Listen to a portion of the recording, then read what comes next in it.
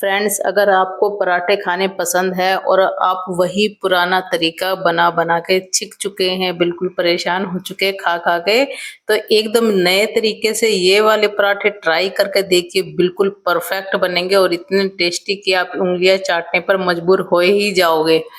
और सब पूछेंगे कि कैसे बनाए आपने ये पराठे। तो क्या करना है, हमने लेनी है कढ़ाई, उसमें डाल लेना है हमने घी, थोड़ा सा हमने उसमें डाल लेना है तेल।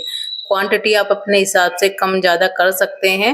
जब दोनों चीज़ गर्म हो जाती है तो हमने इसमें डाल लेना है जीरा, थोड़ी सी डाल लेनी है फ्लेवर के लिए हमने इसमें अजवाइन। और अब मैं डाल रही हूँ इसमें लहसुन, अदरक और हरी मिर्च।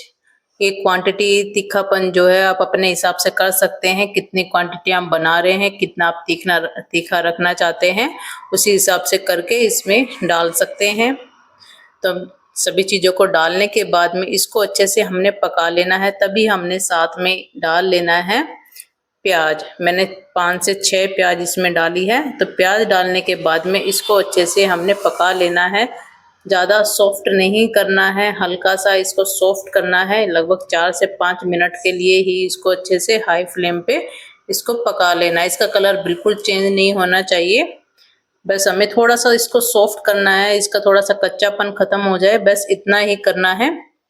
और ये देखिए चलाते चलाते बिल्कुल अच्छे से सॉफ्ट हो चुकी है, इसका कलर भी ज़्यादा चेंज नहीं हुआ है। अब हमने गैस की फ्लेम कम करके इसमें ऐड कर लेने हैं मसाले। तो मैंने हल्दी डाल दी है, नमक डालना हमने स्वाद अनुसार, नॉर्मल नमक और काला नमक दोनों हमने इसमें डाल दिए हैं। थोड़ा सा और इसमें मसाले ऐड कर लेते हैं। तो मैंने इसमें डाल दिया है धनिया पाउडर, थोड़ा सा दरदरा पिसा हुआ था वही डाला है, तभी उसमें जो टेस्ट है वो बहुत ही अच्छा आएगा। तो इन सभी मसालों को अच्छे से हमने पका लेना है। गैस की फ्लेम कम करके ये मसाले मैंने पका लिए हैं। जो थोड़ा सा तेल छोड़ने लगे तो इसका मतलब हमारे मसाले बिल्कुल परफेक्ट बन के रेडी है। और अब इसमें डाल दिया बेसन, जो पतले वाला जो बेसन यूज करते हैं घर में, बस वही वाला बेसन है। वो क्वांटिटी आप अपने हिसाब से कर सकते हैं। मैंने आधी कटोरी इसमें भर के डाल दिया है बेसन, इससे बहुत ही अच्छी बाइंडिंग आएगी। और गैस की फ्लेम लो करके ही, इस लो और मीडियम के बीच में करके ही इस बेसन को पकाना है मसालों के साथ में। और बिल्कुल बहुत ही अच्छे हमारी स्टफिंग बन के रेडी हो जाएगी। ये देखिए धीरे धीरे इसको चलाते रहना, छोड़ना बिल्कुल नहीं है। ज़्यादा तेल का यूज़ नहीं किया है मैंने, अगर आप थोड़ा ज़्यादा तेल का यूज़ करना चाहते हैं तो कर सकते हैं। तो ये देखिए इतने तेल का यूज़ किया है जिससे बिल्कुल अच्छे से परफेक्ट बन के रेडी हो जाएंगे। और ये देखिए हमारा मसाला बिल्कुल अच्छे से बन के रेडी हो गया है। बेसन भी अच्छे से भुन गया है, अच्छी सी खुशबू आने लगी है। इसको ठंडा होने के लिए छोड़ दिया है मैंने। और साथ में इसमें ऐड कर लिया था थोड़ी सी धनिया पत्ती, है तो जरूर डालिए। और अब मैं बना रही हूँ इसके पराठे। तो मैंने लिया है नॉर्मली गेहूं का आटा, जो हम रोटी बनाने में यूज करते हैं, उसी तरह का बस हमने आटा लगा लेना है। और उसमें से एक पेड़ा तोड़ लेना है। पेड़ा पेड़ा तोड़ने के बाद में जैसे हमें रोटी बनाते हैं आटे में डस्ट करके थोड़ा सा इसको फैला के, उसी तरह हमने इसकी रोटी बनानी है। और इतना टेस्टी लगेगा फ्रेंड्स, आप इसके दीवाने हो जाओगे, बहुत ही जबरदस्त बनता है। बस इसको अच्छे से हमने बेल लेना है। फ्रेंड्स, अब तक आपको अगर वीडियो अच्छी लगी तो प्लीज लाइक किया करें, जिसको इन वीडियो की जरूरत है उसके पास शेयर किया करें। और कमेंट करके जरूर बताया करें कि आपको वीडियो कैसी लगती है और नेक्स्ट किस टॉपिक पे रेसिपी चाहिए, आप मुझे कमेंट बॉक्स में सेंड कर सकते हैं। तो ये देखिए फ्रेंड्स, रोटी हमारी बिल्कुल अच्छे से बिल चुकी है। तो अब लगा लेना हमने इसमें घी। घी लगाने के बाद में इसको अच्छे से कोट कर लेना है। ये देखिए जैसे हम नॉर्मली पराठे में कोट करते हैं घी से, उसी तरह। अब हमने लेना है जो स्टफिंग का मसाला हमने बना के रेडी किया है, वो हमने इसके ऊपर डाल देना है।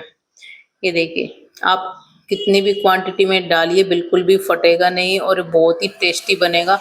आप इसको बच्चों को टिफिन में देंगे, या आपको फटाफट कुछ बनाना है, सब्जी नहीं है, तो आप इसको बना के रेडी कर सकते हैं। बहुत ही अच्छा पराठा बनता है, एक बार आप ट्राई करके देखिए। बस सारी स्टफिंग अच्छे से फैलाने के बाद में बीच से हमने थोड़ा सा कट लगा लेना है और इसको ऐसे मोड़ देना है। ये देखिए बिल्कुल इसी तरह बिल्कुल परतदार हमारा पराठा बन के रेडी होगा। और थोड़ा सा हमने लगा लेना है इसके ऊपर घी। ये देखिए आप घी की जगह तेल का भी यूज कर सकते हैं। जैसे हम मोड़ते जाएंगे थोड़ा थोड़ा उस पे घी लगाते जाएंगे, जिससे हमारी जो परतें हैं बिल्कुल परफेक्ट निकल के आएगी। ये देखिए, और बिल्कुल बहुत ही जबरदस्त वाला पराठा बनेगा। अगर आप वीडियो में दिखाए गए तरीके से अगर आप पराठा बनाओगे तो इतना टेस्टी बनेगा और बिल्कुल भी फटेगा नहीं, ये मेरी फुल गारंटी है। एक बार आप ट्राई करके देखिए, इतना ज़बरदस्त फ्लेवर वाला पराठा। जब भी घर में सब्जी नहीं रहती तो मैं इसको बना के रेडी करती हूँ, सबको बहुत ही ज़्यादा पसंद आता है। तो आप इसको टिफ़िन में भी दे सकते हैं या लंच बॉक्स में बच्चों के या हस्बैंड के किसी के में भी, या वैसे भी बना के खा सकते हैं। जब भी आपका कुछ चटपटा और बिना मेहनत वाला काम आपको करना होता है तो आप इसको फटाफट बना के रेडी कर सकते हैं। बस थोड़ा-सा आटा डस्ट कीजिए और इसको अच्छे से बेल लीजिए और देखिए हमारा पराठा बिल्कुल अच्छे से बेल के रेडी हो गया। तवा मैंने पहले ही गरम होने के लिए रख दिया था।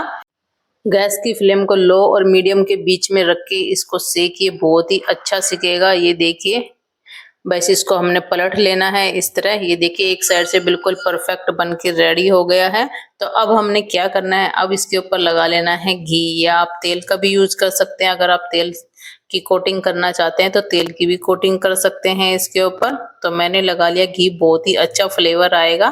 तो ये देखिए घी लगाने के बाद में अब हमने इसको दूसरी साइड से पलट लेना है और ये देखिए दूसरी साइड भी बिल्कुल परफेक्ट बन के रेडी हो गया है।